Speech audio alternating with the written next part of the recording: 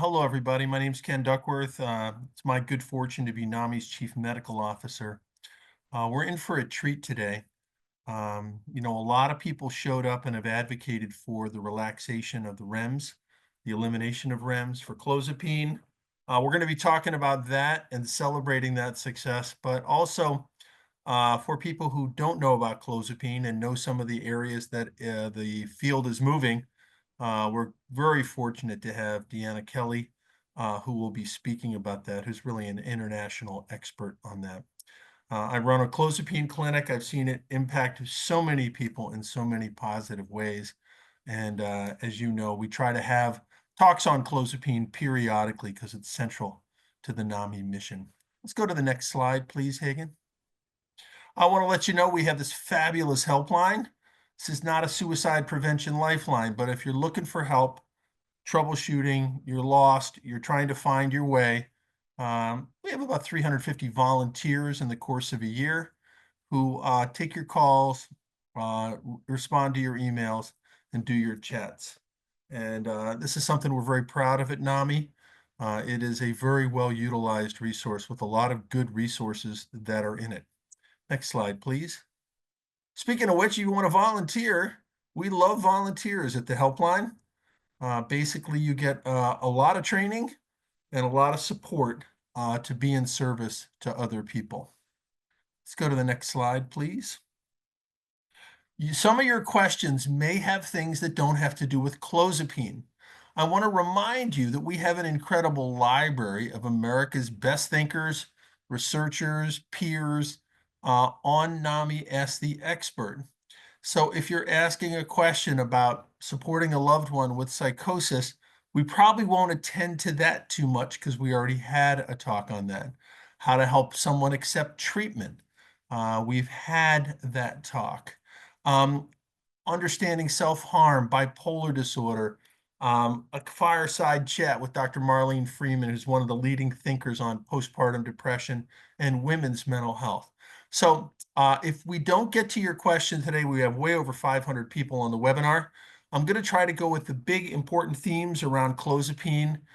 You can email me afterwards if you have a question that we didn't attend to, but a lot of them are covered by our library. Next slide, please.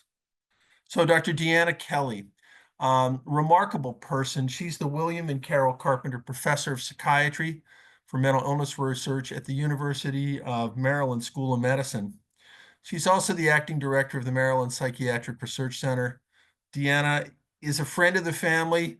She always gets back to us. She's always on the pulse of what's happening nationally and internationally on clozapine and other key areas. And we're delighted and honored to have her.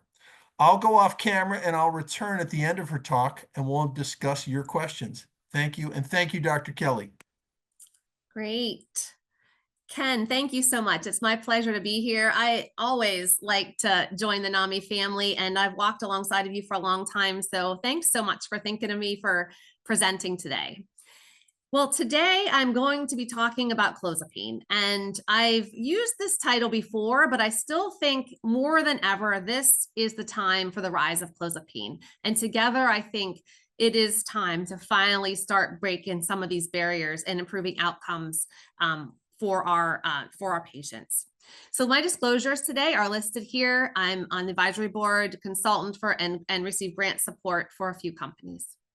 Today, we're going to be covering a wide variety of topics around clozapine, but I know there's probably some really exciting areas you want to hear about, and we'll cover some of those related to the REMS, et cetera, and some of the recent changes. But we're going to talk about some of the indications, the efficacy, the mechanisms by which this might work. What are our barriers? What are we doing to overcome some of those barriers, including point of care monitoring, potentially genetic testing, education, et cetera. We'll talk about thinking about using clozapine in our Black population, where we have to think about benign ethnic neutropenia, et cetera. And we'll talk about REMS. But I'm going to start with this slide. I'm going to start with this February 24th announcement, which hopefully all of you have seen. This came out late at night in the evening.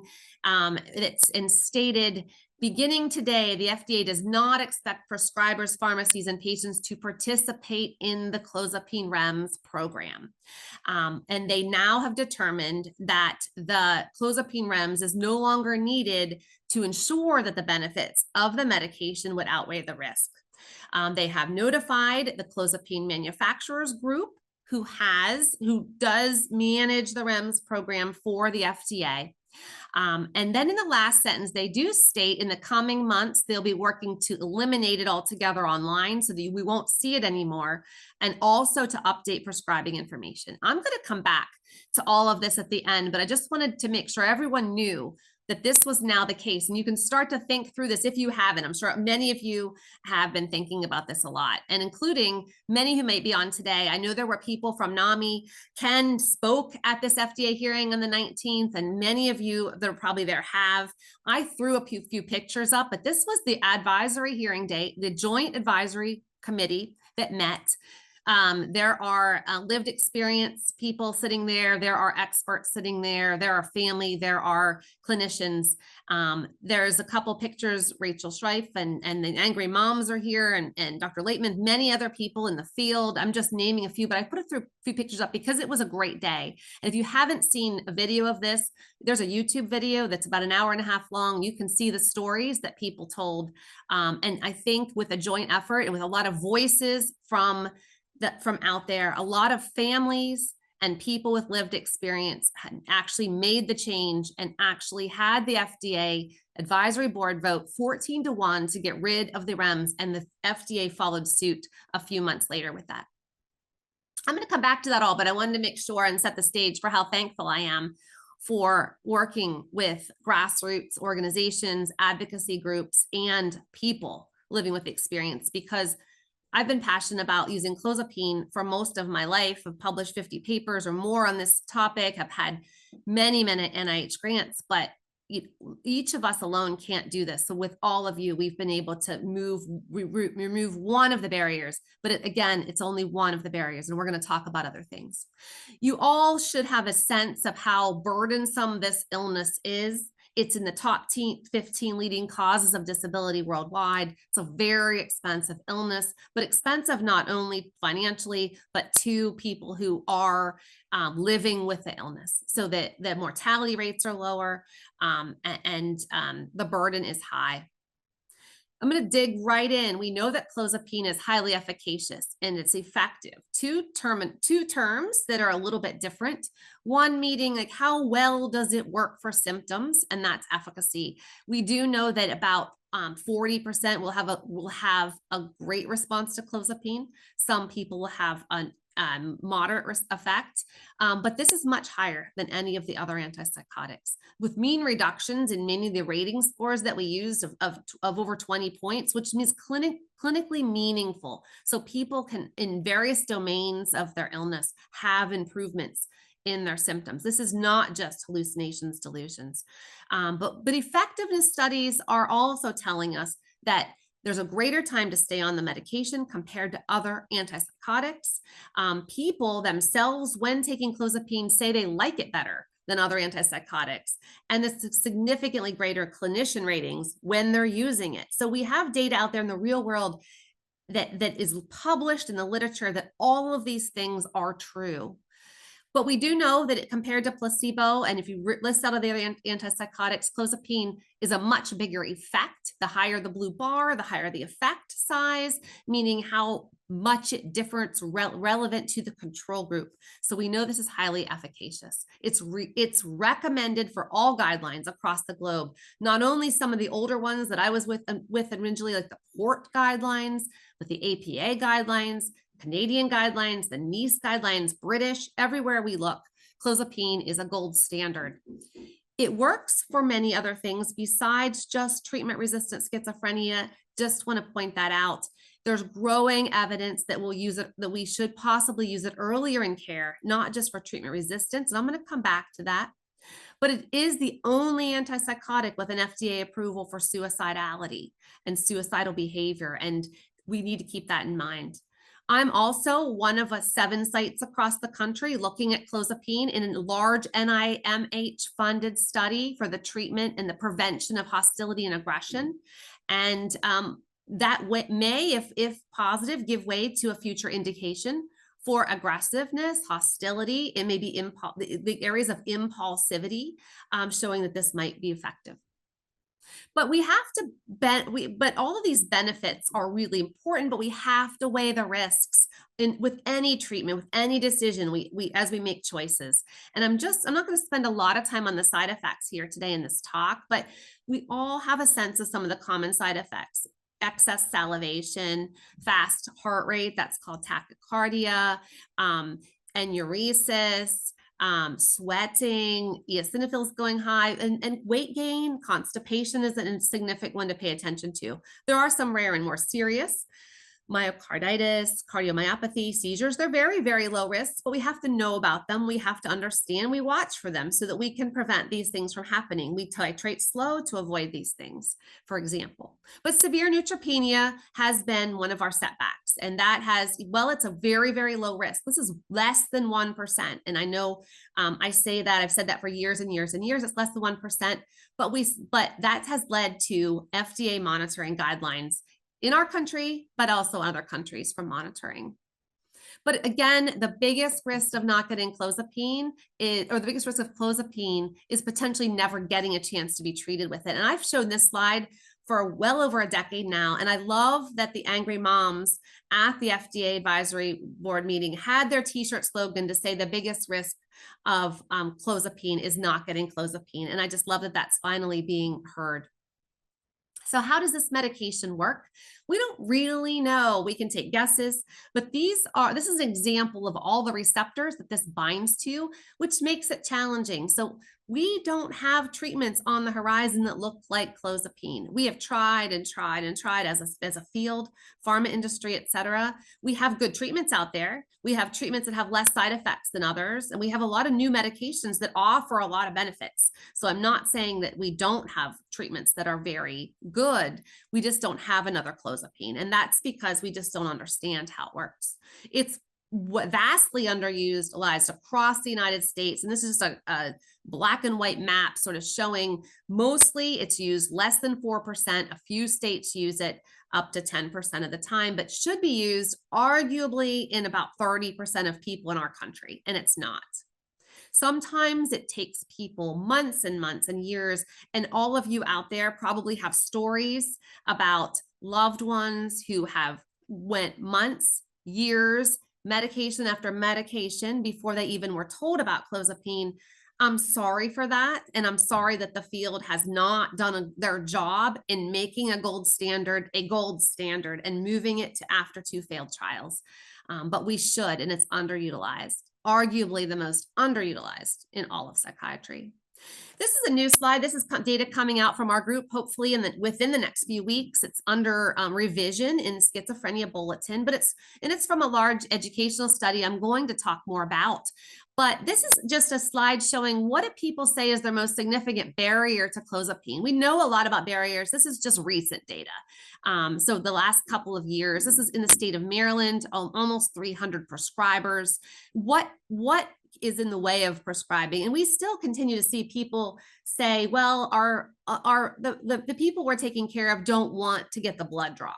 Whether that's really true or not or perceived, that still is reported highly. The logistical issues of completing and going through the process. The REMS is listed here, only 24% as the number one barrier, still a quarter of patients. So it's not the only barrier. So it has been a major barrier, but it's not the only. And so we have to remember that as we get excited about the REMS going away, we still have our work cut out for us to make sure we effectively get this in the hands of prescribers and to people that need treatment.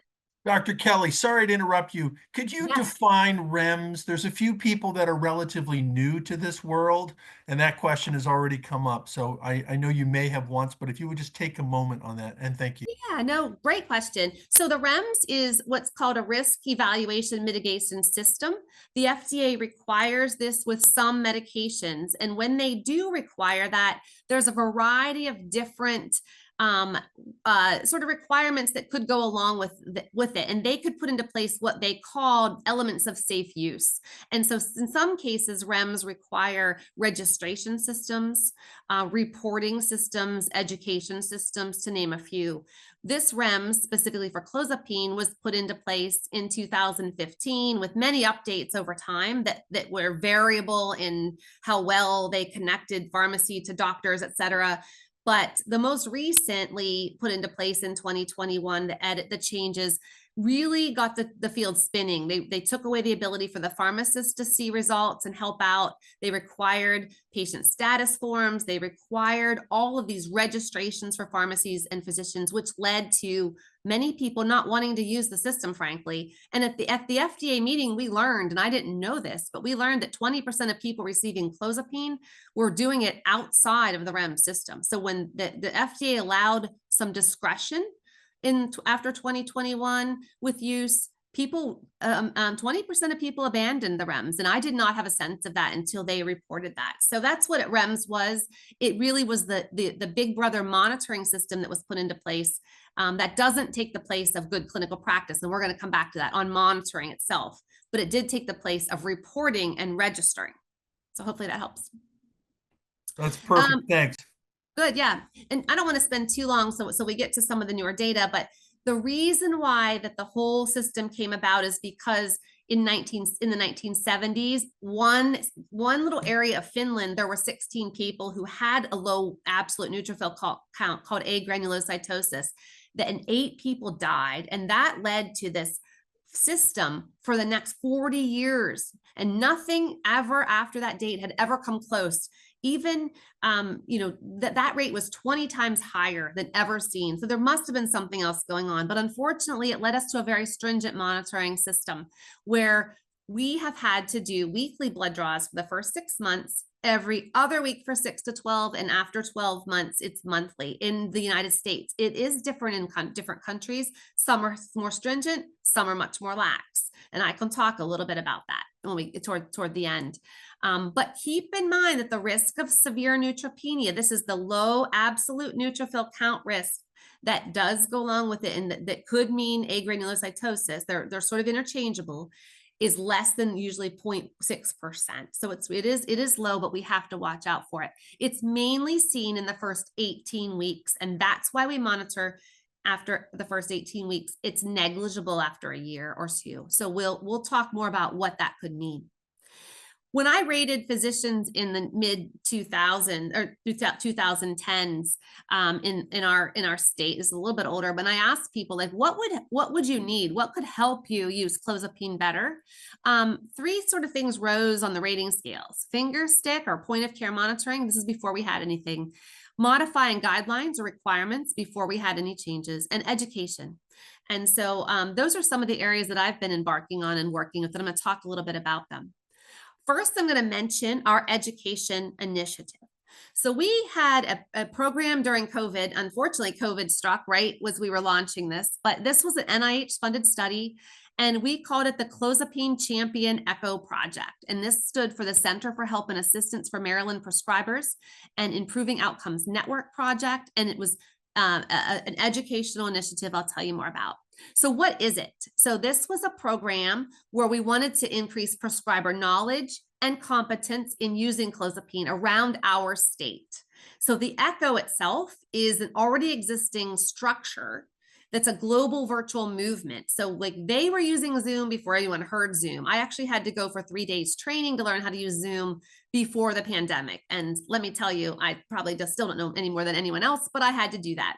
But we were set up to be a hub so that the community spokes could work with us. We could provide what we all knew as best practices to everyone out there so they could disseminate around the state of Maryland. And we were hoping to improve knowledge, competence, and prescribing.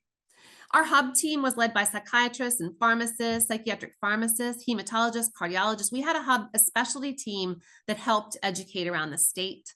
But we did a randomized educational design. Half the clinics in Maryland got the education and the other half got treatment as usual. They did not get the education. But all the sites received the Aphelis device to see if that could help with point of care monitoring.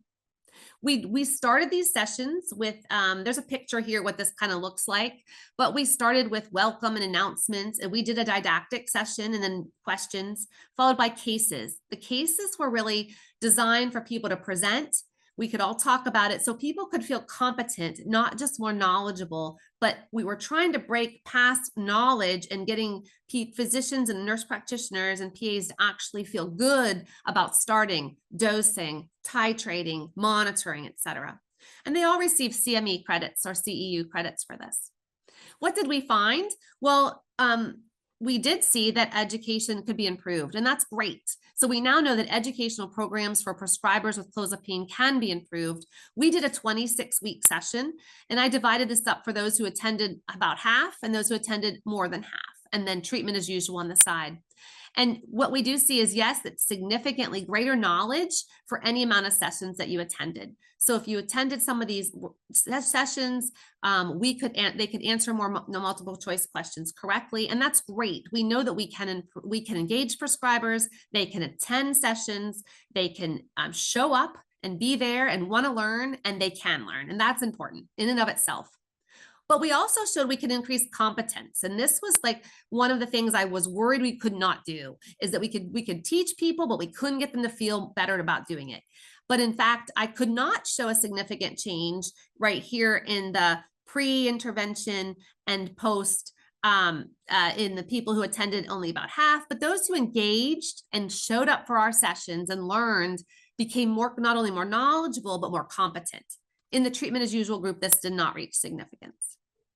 We ran this during COVID, unfortunately. So we had a lot of people not seeing patients in the clinics. A lot of things were tele. So we weren't set up really well to be able to look at prescribing.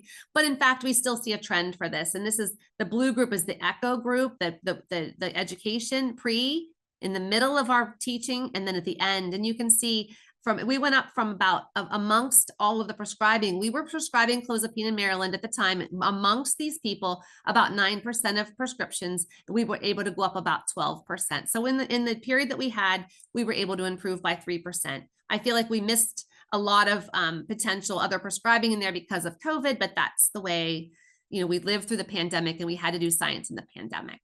But we still also, this didn't reach significance either with the small sample here, but the length of time their patients stayed on clozapine, you can see looks to be trending differently. And so the blue line means more people were staying on clozapine if their prescribers were participating in education and competence. So we know that people can engage, we can get prescribers knowledgeable, we can get them competent, and we can get them on the way to changing behavior. And I think that those are important findings. This hopefully will be out in the next month, this paper. So if you want to see it, look for it. But I think it's going to be important for the field because education and competence building is going to be really critical in the next months to years. So what about blood draws? What about the logistical issues that everyone is concerned about? We're worried our patients won't get, or worried that everyone that we treat living with schizophrenia will not get their blood draws, which sometimes is not true, frankly, a perception, but we have to overcome that. But there are logistical issues as well. This point of care technology, there does now exist a portable device called the Apellis Home. We've been using it for years. I'll tell you, in fact, for all my clinical trials right now, I use it all the time, and I use it for my clinical patients as well. It is expensive, so not everybody can get it. I do not take money from the company itself. I just want to note that, but I have named them because they're the only point of care in-home device that's out there. But I do believe that it is a help for people to use, especially in rural areas or areas where they can't get to their appointment, et cetera, or they don't want to have a venous blood draw, and that happens quite a bit. This is available. Many of you do know about it. It is CLIA waived, which means a laboratory allows it to be done at the point of care and not in a formal laboratory setting. Clinicians can receive the results right on a computer or on the computer screen or an app. So it's really nice that we get those back really quickly. I can get them back within a few minutes. I don't have to send it out, and that makes my life a lot easier.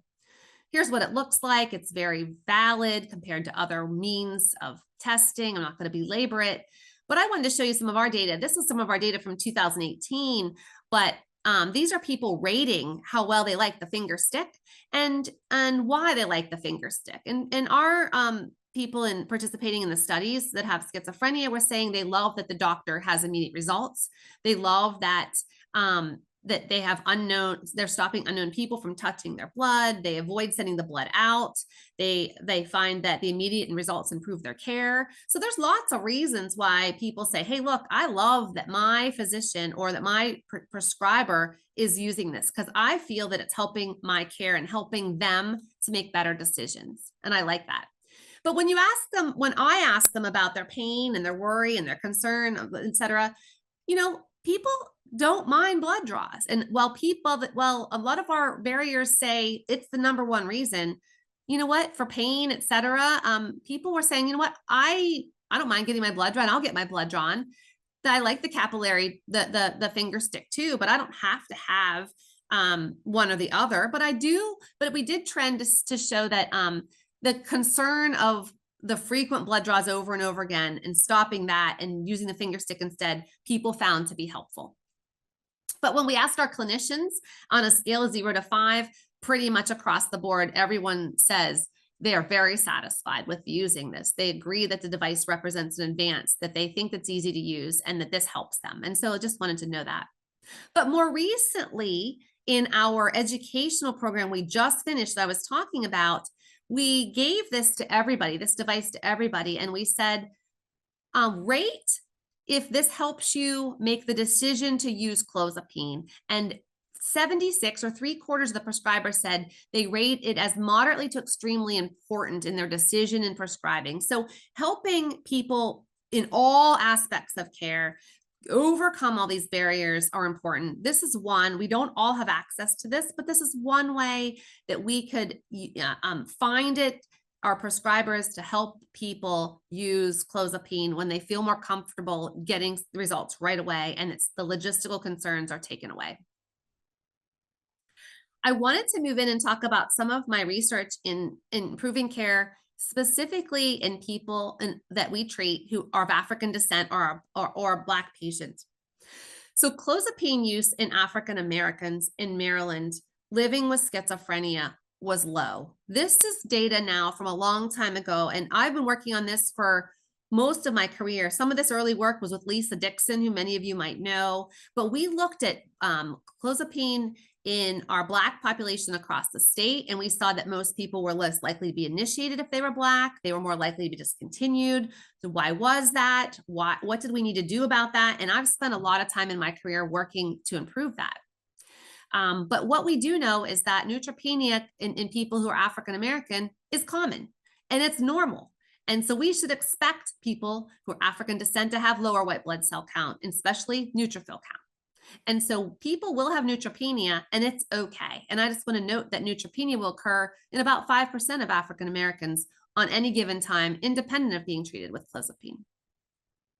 So what is benign? I'm going to say benign neutropenia. The term ethnic is falling out of favor, but people know it as BEN or benign ethnic neutropenia. But it's usually when someone has a low white blood cell count of 1,500 or less of cells in their blood. And there's no reason for that. So it's generally because they're genetics. And we now know that there's a gene called the dark gene or the ACR1 gene, could be called either. And if you have one sort of genetic polymorphism or one specific allele combination, the 2 C's instead of a T, then you are likely to have neutropenia, and that's okay. And we know that, and if we know that, well, we can plan for it. And so we do that all the time. We do know that the average neutrophil count will be about 2,400 right here. If you have the 2 C's, if you get your genotype, if you get this back and these are your results. But if you have a T allele and you don't have those C's, the 2 combination C's, you'll have about 4,000 as of your average. So that's typical. That's just outside of being treated with clozapine. We know that, we plan for that, and we have to expect it, but we were not always taught that. And we were not, and some of the older clozapine monitoring systems before 2015 didn't even take that into consideration. So what we do know is if we do genotype right here, 65 of my 199 participants in the study who had the CCs had neutropenia at any given time. So overall, if you look at if you look at the Black population on clozapine, you'll see a number of people have neutropenia, but overall, if they have that CC in particular, a third are going to fall down. This doesn't mean severe neutropenia. It just means they're dropping a little bit. And we have to understand that's normal and that's okay. And that we don't have to be alarmed by by here and there droppings below 1,500. And I like to point that out because a lot of times people don't know it. And here's my large study of 274 people treated. This is in Lagos, Nigeria. I have a team on the ground there. This is at Howard University. This is at the University of Maryland and state of Maryland. But this just shows you clozapine treatment over 24 weeks. And these are all people who are Black, are African descent. The bottom line of blue are those that have the 2 C alleles and the top line of red. So you can see if we know their genetics, we know they're going to run low. So it's important if we had that genetic information, it does help us. We don't always have to have it, but it does help us guide, especially if we're treating someone who is Black with clozapine, to know if we should expect it or not, and not to get too stressed out about it if they are the CC alleles. In my group, though, of 274, I had 1 case of severe neutropenia, which is a rate of 0.36%, which is about what we think. Again, less than 0.5% generally seen. There is a genetic test available in the UK called the Myogenes Clozapine test, and we are hoping to start to begin. I've used it a few times here in the States, but it's for research purposes only. But it will be a test that we hope to see. Again, this will be it's the only genetic test specifically put together where it gives us if they have the benign neutropenia alleles. It tells us if they're at risk for agran on the what we call the HLA risk factor, the risk genes. It tells us sort of what the dosing should be, et cetera, too, based on genetics and how fast people metabolize. So it gives a bit of information, but I love it because it tells me in Black patients if they are benign, if they're at risk for benign neutropenia or not, and it helps us guide dosing, et cetera. But I wanted to point out that these things are coming and these things give us hope that we can more tailor and better treat everyone with clozapine. I also wanted to talk a little bit about earlier treatment of clozapine. So I'm covering a variety of topic areas I feel passionate about, that I'm working in this space, but I think that clozapine as a strategy to use earlier is important. And I was on a couple of talks yesterday talking specifically about REMS with other physicians, et cetera. And that theme of let's get this earlier in care is always been important. But I think now more than ever that we can try to stop avoiding these delays and do our best as a field to get together to stop these, long drawn out process of getting to clozapine. And we do know that the longer the delay for clozapine treatment, the more relapses, the higher doses, the potentially harder it is to actually respond. So we need to get this in care. There was the couple of studies I've listed here. This is a study by Sherry Chan and others in 2021 that talked about that you could lower relapse and early initiation, or you could lower relapse rates if you had earlier initiation of clozapine and improved patient outcomes. So moving it earlier in care. We also had seen results in 2018 in the Lancet called the Optimized trial. It was a large study, a 3-phase trial where they first used a drug called amisulpride, which is not available here. Then they randomized to olanzapine or amisulpride, and then they moved on to clozapine. And they showed that second trial of olanzapine, after you failed the first time, didn't do any better, that moving on to clozapine was the best choice. So after one failed trial, they suggest moving straight on to clozapine. And that's something we're all starting to think about. Like, can we get the data to do that? Also, there's some data out there from Canada that showed in a chart review of 147 people that people treated with clozapine in their first episode of schizophrenia, right as their, one of the first treatments, about 76% will have improvement on their clinical global impression scale.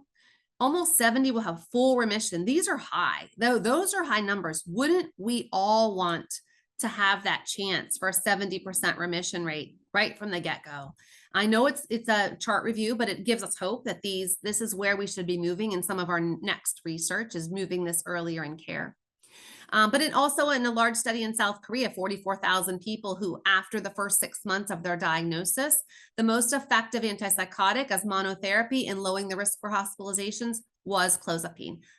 In all this data together really does tell us that, you know what, we should be thinking about this earlier in care. But right now we have labeling that says treatment-resistant schizophrenia defined as 2 failed trials. We should be doing our darn best to make sure after 2 failed trials, we get it right away, but we could be thinking about it earlier in care. Now for clozapine REMS. All right, where am I at on time? I'm just looking here. Okay. This last couple weeks have been a tad bit confusing. It possibly might be a little bit rocky as we get everybody out there in the community pharmacies, understanding that they don't have to register anymore. They don't have to wait for the ANC, and they don't have to have results faxed to them or given to them. We got to get that word out. We're doing that as a field. We're doing that as a stakeholder group. Many organizations, NAMI, APA, psychiatric pharmacists, there's lots out there working together behind the scenes with the clozapine group monitoring, or the clozapine manufacturers group, the FDA, others, to try to get these changes known so that we don't have people being held up at the point of dispensing. But how do you think about monitoring? We have to monitor the same still. We have guidelines in place for the first 18 weeks, and there's consensus on that. And the labeling still says every other week after 18 weeks, and then monthly after that. So we have to sort of follow that right now. There are changes coming internationally that'll help guide us as a field to hopefully advocating for changes to the monitoring. If you want to use off-label, meaning if you don't want to follow that, there is nothing stopping that per se, but it does become a conversation that you all should have that's a risk benefit with documentation, knowing that you're off label. But we do this all the time in psychiatry. So I encourage people to really think about like what that means, like what could be the best situation for each person, knowing that surely for those first 18 weeks, it really is important to keep monitoring. There is a European task force proposal that is out there. This was published, if you haven't seen it, in the European Psychiatry Journal in January of this year. And this is a large group across the European Union suggesting that they change guidelines in the union.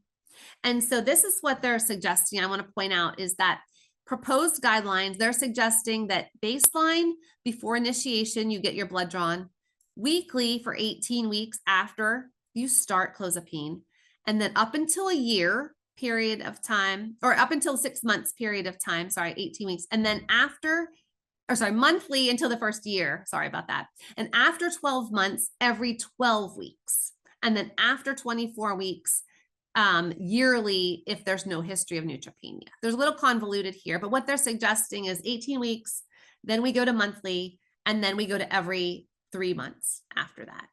They put it sort of in line with monitoring for other side effects, which still are important to be doing regular lab draws for hemoglobin A1C, et cetera, lipids, et cetera. But they're suggesting this. And so this has just recently been published. This other monitoring guidelines here, these are Dan Siskine from Australia is the lead author. He organized this Delphi Consensus Guideline Consortium. What that means is it's a consortium across the globe of 90 experts who are asked a variety of questions on what they agree on as a minimum. And you go through different rounds. It's a process. It's called a Delphi process, but it allows us to come to some very basic recommendations that everyone that has the highest level of agreement. He's going to be presenting these in 2 weeks at the Schizophrenia International Research Society and has these under review. And so this is not yet published or not yet to be posted out there on sites, but he gave me permission to talk about it since I'm one of the authors on it. But what we're looking at as a recommendation that'll come out from this group, and at least it's something, at least it's changes. And I think that's all positive. It suggests that, again, weekly for the first 18 weeks monitoring, and then monthly up until 2 years. And then after that, annually, if there's no issues with the of the neutrophil count.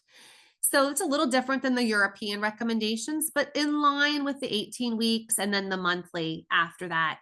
But after 2 years here, this is suggesting that we move on away. This consensus guidelines also reminds us that, and you'll see this in the published document that comes out, but it helps us give checklists about what should people be monitoring and when. Are you doing it? Are you not doing it? And I think that these are all important to remember. We should still be monitoring constipation.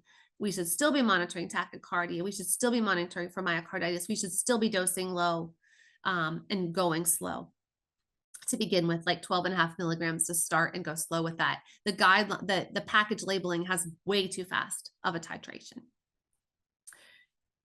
So that's in a nutshell of where we're at. And that's where we're sort of ending. I started with REMS and I ended with REMS, but REMS is not the end. REMS is only the beginning. It's really up to us now to write this story, up to us as advocates and up to us as a field. So where do we go next? Clozapine should be used as first-line treatment-resistant schizophrenia. There should be no delaying. No one should be more than 3 antipsychotics into treatment. Clozapine should be used third, if not prior. New options to overcome logistical barriers or around. I've talked about education works. Education can improve knowledge, competence, and hopefully on the way to changing behaviors and prescribing, but we have some work to do. There is data to show that we could have more confidence in prescribing in our Black population who have low ANC. Don't stop it. Don't let your loved ones stop if they just drop below 1500. Advocate for that, knowing that this is normal, that we sometimes will have some little bit lower drops. They'll rebound right back up. And we keep an eye on that, but we have to learn to be more comfortable with that as a field. We should be moving clozapine earlier in course. I talked about that. First episode, schizophrenia is one thing, but even moving it potentially to after one failed trial is something we should be doing research on and we should be thinking about, hopefully in the future. Use clozapine. Don't delay. Advocate. You all are doing that, and I thank you to all of you who were involved with changing the REMS program. Like, it was a grassroots effort. It's like something I've never seen. It's eliminated, so yay, but we have work to do. So I'll stop sharing at this point and turn it back over to Dr. Duckworth. Dr. Kelly, fantastic talk, comprehensive. A few people, we have over 600 people on the webinar, so there are going to be a lot of questions. Some people are still concerned. My daughter/brother has been on the med for 10 years. What is the status of their blood draws? And this is one of the most common questions that we got on our survey to the field. So yes. So as the guidelines still state, and by what the FDA puts into writing is the guidelines would still be monthly in the United States. However, as I showed you in the last data, in other countries after 2 years, they're going to annually. And so I think this then becomes, when you're at a 10-year mark, this becomes a risk benefit discussion. This becomes where you talk to your physician or your nurse practitioner or your PA about what are the risks. They're negligible after a couple of years. This would be a situation where I would say, let's sit down and say, you know what, let's make this less frequent. Maybe at first we start something a little, we don't have guidance yet on this, but, right. And I hopefully we will. I don't want to push it too much, but that's where you have a discussion and you guys could start to work on something there. But a 10-year mark is probably a very safe bet to be doing it less frequently than monthly. So eliminating the REMS essentially gets us out of the holdups at the pharmacy, the pharmacist having to get faxes from prescribers, people not getting access to their meds because the pharmacist is waiting or they're closed on a Friday night. I heard a lot of that from the angry moms.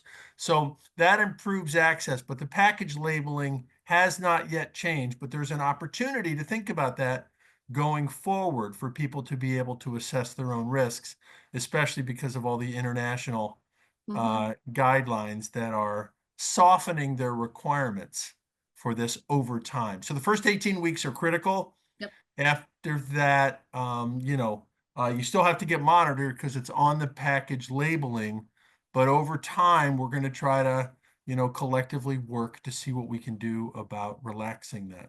You got it. So fantastic talk. A couple questions about the new muscarinic agent Cobenfy. And I get this question with some regularity. Could this be considered a substitute for clozapine? I tell people it's too early to tell. We're in the first inning. Clozapine's been around since 1989. And so I recommend that people wait and see. Do you have a thought about that? Yeah, again, we don't have that data at all. No one knows. And even the trials that brought that medication to market were only 5 weeks in duration and Right. used acutely psychotic. So and keep in mind, like, I think I'm excited about a new mechanism. Like, I am very, very excited about it, but it's a medication that might have a few GI side effects with it. It might have been in the clinical trials a little bit hard to blind, a little bit more challenging to blind that if we had some GI side effects. So it could have inflated the difference with placebo a little bit, or it could be really great. We don't know yet, Dr. Duckworth, but hopefully we'll get more information. But wouldn't that be great if we had something that works super well? Question that's a variation on my son's doing well, but he sleeps a lot, 10 to 12 hours a day. Should we consider helping him reduce his dose? And I don't know that you mentioned blood levels, which are hard to find for all antipsychotics, but it can actually be found for clozapine. Could you develop that idea? Yeah, so blood levels are important, and in the monitoring, I kind of skipped by it, but they're recommended to be done annually, and they're recommended by international guidelines, or more frequently in times when anytime there's a fever or infection or smoking status changes, or adding a new medication that might change it, or if you think there might be toxicity or really sedated. There's lots of reasons why your prescriber should say, hey, look, let's get a blood level and assess that, because excessive sedation could be from too high of a blood level potentially. Sometimes people are what you call slow metabolizers. That means that they slow down metabolizing it, and they might have more in their body than I might have, for example, if I'm a fast metabolizer. So we can get the blood levels, but we can also change when dose is. Like, we can possibly move the dosing to either sometimes spread it out. So you can move things to morning or afternoon. You can move to 2 or 3 times a day if you wanted to, or move it all to the evening. But you can play around with that. And I would talk to the physician or nurse practitioner and say, can we try to break this up a little bit, to because the sleeping, maybe move it to middle of the day a little bit or something like that, depending. But and those are So options. use your clinical judgment, but Yep. informed by blood levels. Yep. So you're functioning well, but sleeping too much at 360 and for made up blood number. Let's see if we can back it off Mm-hmm. a little bit, right? Mm-hmm. Let's talk about side effects. There are a lot of side effects with clozapine. I know this well from my own travels. Tell me a little bit about, what the research is telling us. So neutropenia, low white count, you've covered that extensively, right? Let's talk about drooling at night. Let's talk about, like, that's a common one. Yep. I have tried different medicines. I've had my patients just have a whole stack of pillowcases and just throw it in the wash every morning. Tell me where you are with the hyper salivation. Yeah, no, and that's common, honestly. And even the clinical trial I'm running right now, it's probably the number one. And I say it's like 60 to 80% of people, but right now I'm seeing like 80% of people do have it. You can back off. We sometimes can back off on the dose just a little bit to try to manage it. But a few other things that work for us. I usually always give them a pillowcase, so I always do that. So I send that right out to them, Yeah, because that, sleeping in that's bothersome, because it's usually at night that it becomes bothersome and it just soaks the pillow. So if you can, like, put the plastic, that helps and people forget about it. right, But we use things like glycopyrrolate, which is anticholinergic in and of yeah, itself, but it's enough that we've used it in low doses. We could help. And then some people use the atropine drops in the mouth sometimes too. So there are ways we could try to mitigate it. But I do find that when I start to give people strategies too, not just pharmacologic treatments, and say, like, their pillow and chewing gum, different things, it does help a little bit. You know what? We do have saliva, excess salivation in some people, but right. yeah. Uh, I think the answer to this question is never, but are people working on an injectable aspect of clozapine? People, no, it's just not something we're going to be able to do. The injectable is likely not going to be something, especially the long acting injectable, just based on the profile and the side effects. It's just probably not prudent to have a long acting, especially, but the injectable is not something that's coming to market anytime soon.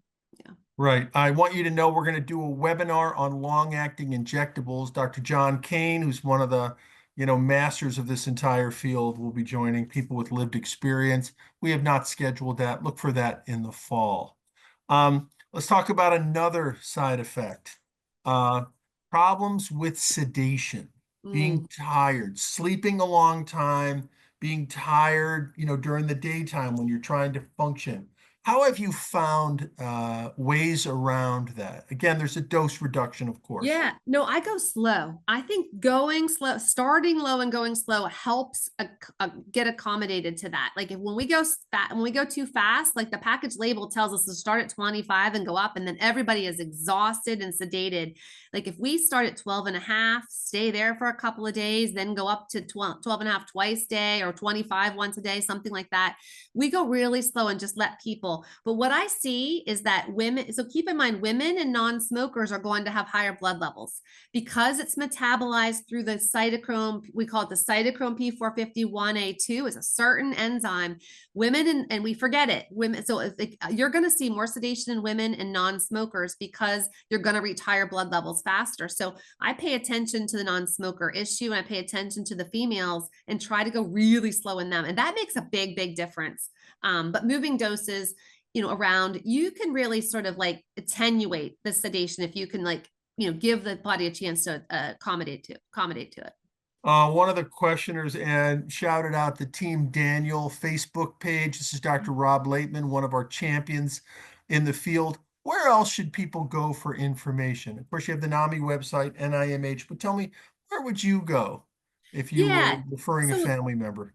well, the SMI Advisor was a really good site and that was Yes, we taken love down. that. So that was like one of the best. And that's where I sent a lot of people. I played a part in that. We developed all these tips. The Mental Health America, or the Mental Health, oh gosh, yeah, Mental Health America, they are going to be starting that up. So I don't know if I think they have a website possibly up or coming up soon. So hopefully that'll be a site that we can go to.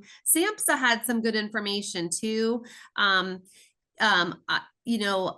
those are some of the best sites that Okay, are out there. There's also like I said, Team Daniel is really, really awesome. The Angry yes. Moms have a lot of good Yep, information out there, etc. So those are some of the places that I would still look at for sure. great. And, So both and the Dr. Laitman has a protocol called the EASE protocol, yes. EASE. Yeah, and that's just something you can follow for a good start and good side effect monitoring protocol. Yeah.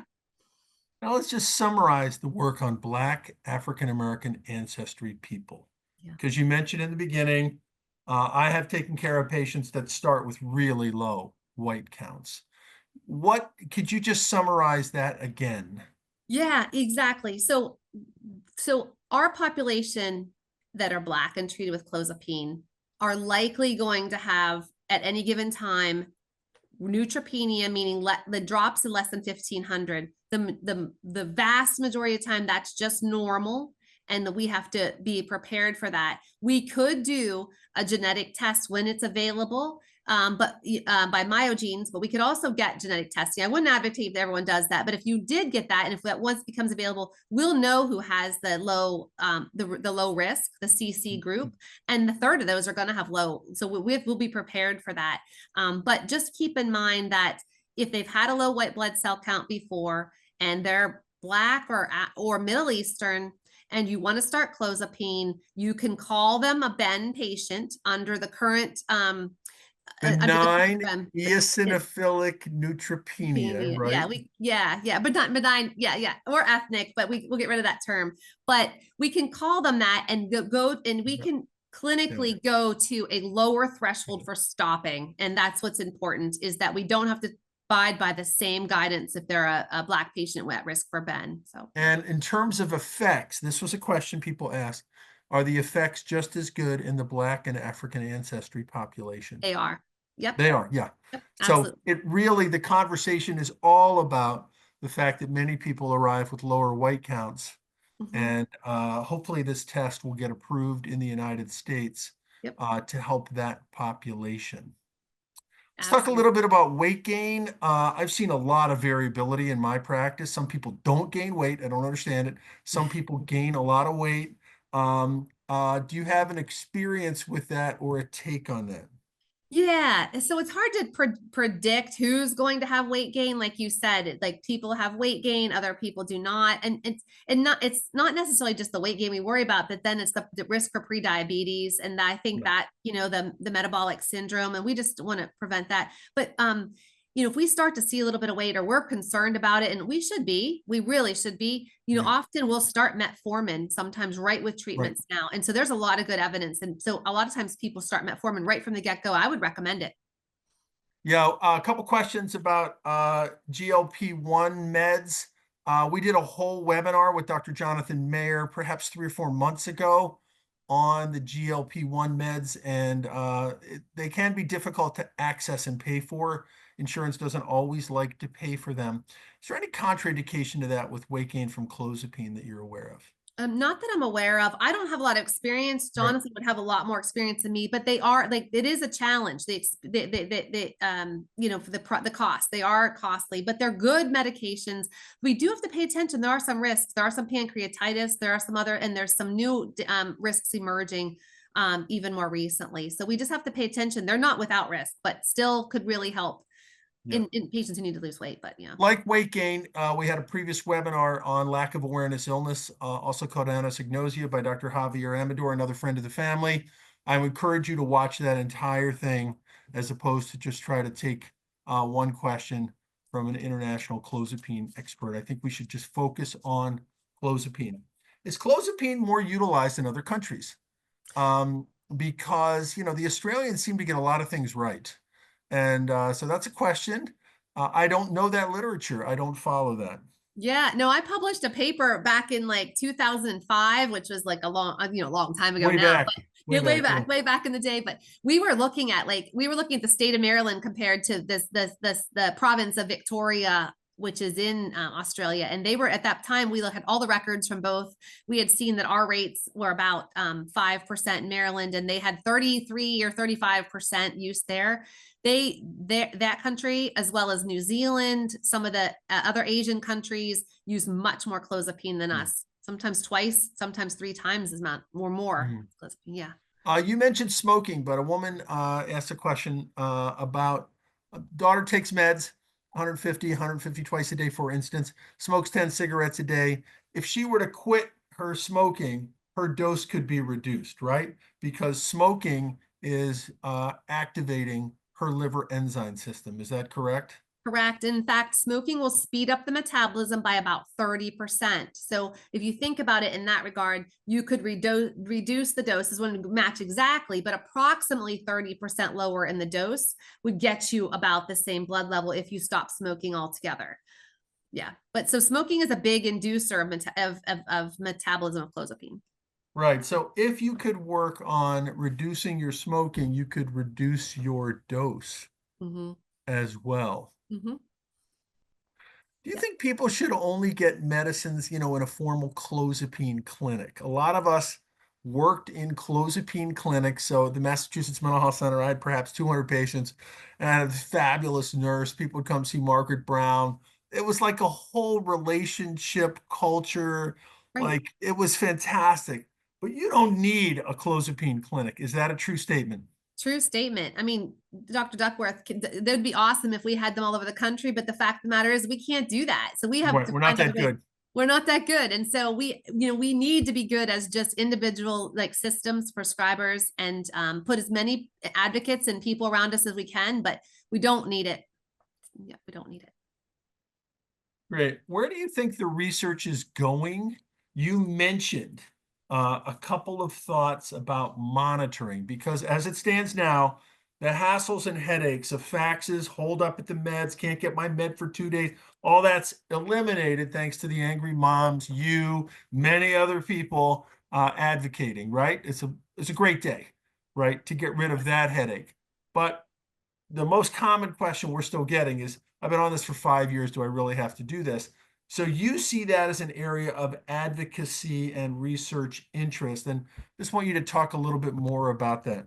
Yeah, no, I mean, I would love to be doing that research if I can get some of this funded and others can get it funded and moving too. But I think that's important for our package label to reflect the gold standard for what we actually believe is to be true. That includes lower titration of dosing, but also includes more lax or changes in monitoring. So, but often the FDA can't change that unless we have the research to back it up. So we should be trying to do studies that would actually show the safety of different monitoring parameters. And I think that's one area of research that could actually really impact clinical care if we could get that help get that changed. So that people could take a long international trip, for example, that people could engage in other activities, as many people on this med, are engaging in all kinds of And activities. we want that. I mean, when I was at the CPMG, when I was at the FDA advisory board, many people on might have watched it.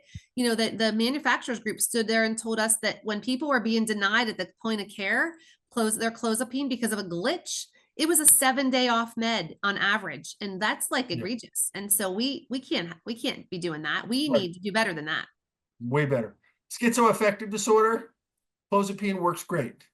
Is that Yep. is that a safe statement? Because Yeah, many of the schizoaffective studies disorders come combine. up several Yeah, times in the Q&A. I think it's a no.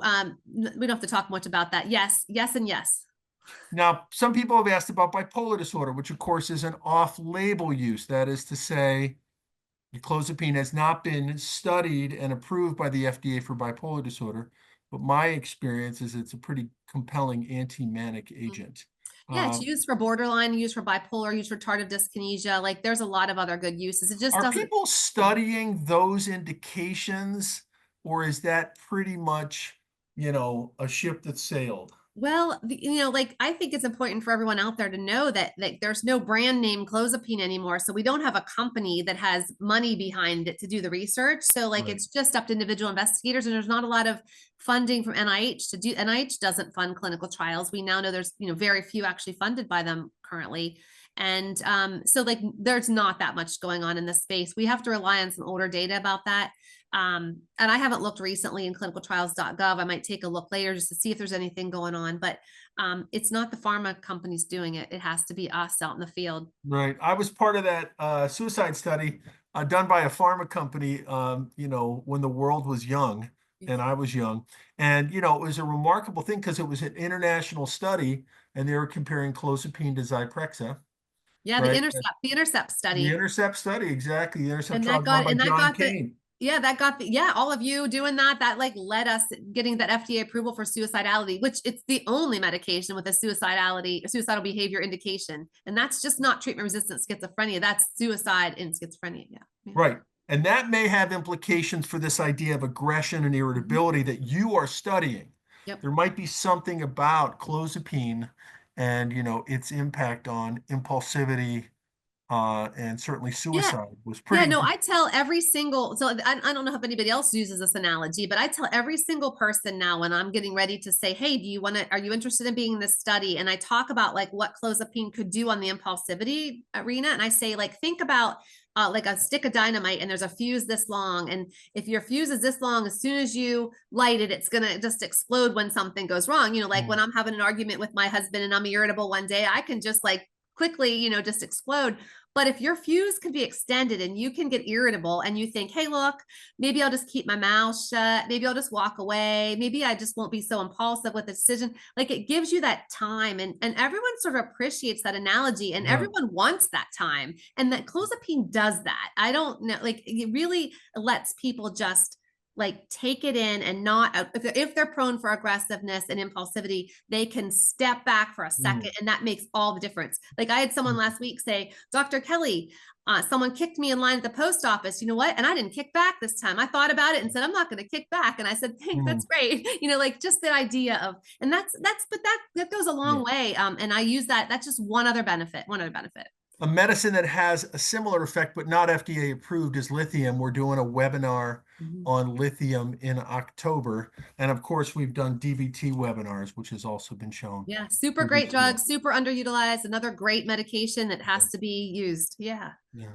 Well, Dr. Deanna Kelly, this is an amazing conversation. You are so knowledgeable and remarkable. It's just a pleasure. You're right on NAMI's core issue, is taking care of people with serious mental illness and schizophrenia. So, and the work you're doing is exemplary. We hope to have you back in a year or two, if your time allows, so that we can discuss new research that you're doing. I know you're attending our convention virtually. I want to thank you for doing that, and for all that you do. So, My with pleasure. I'll be back anytime, Dr. Duckworth. Oz, Yep. yay.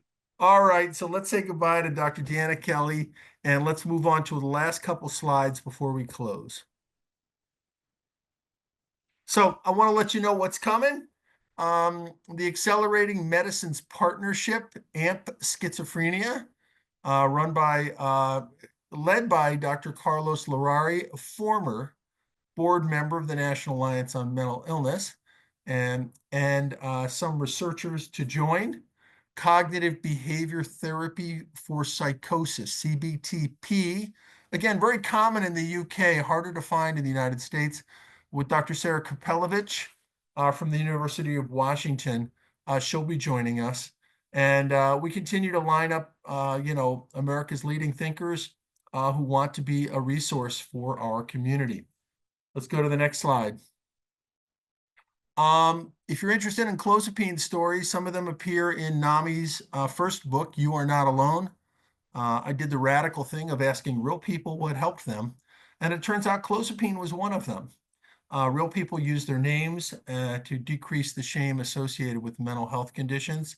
That first book is now in paperback. Our second book, You Are Not Alone, A Guide for Parents and Caregivers, written by Dr. Christine Crawford, my colleague, interviews parents and youth and teachers for what has been helpful. All royalties from these books go to support our work at the National Alliance on Mental Illness. Next slide, please. We do have a sponsor.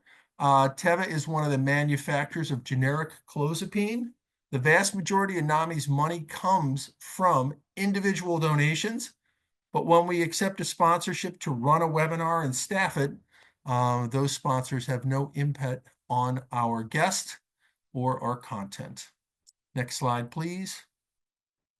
You are not alone, and this is not actual medical advice. I know you're going to talk to your providers, but I think the idea that Clozapine is grossly underutilized, it should be used sooner. There's less hassle associated with, thanks to all this fabulous advocacy, is true. If you want to be part of the individual donation, we will happily accept that. Next slide, please. I want to thank you for joining. Again, an amazing conversation. My name is Ken Duckworth. My email is ken@nami.org. If you have any questions you want to ask me, no one at NAMI is allowed to be hired named Kendra McKenzie, so that I can have this vanity license plate address. Ask the expert at NAMI.org if you're interested in future topics. I want to shout out Hagen, Terry, Jesse, Leah, our whole staff of people who put these productions together.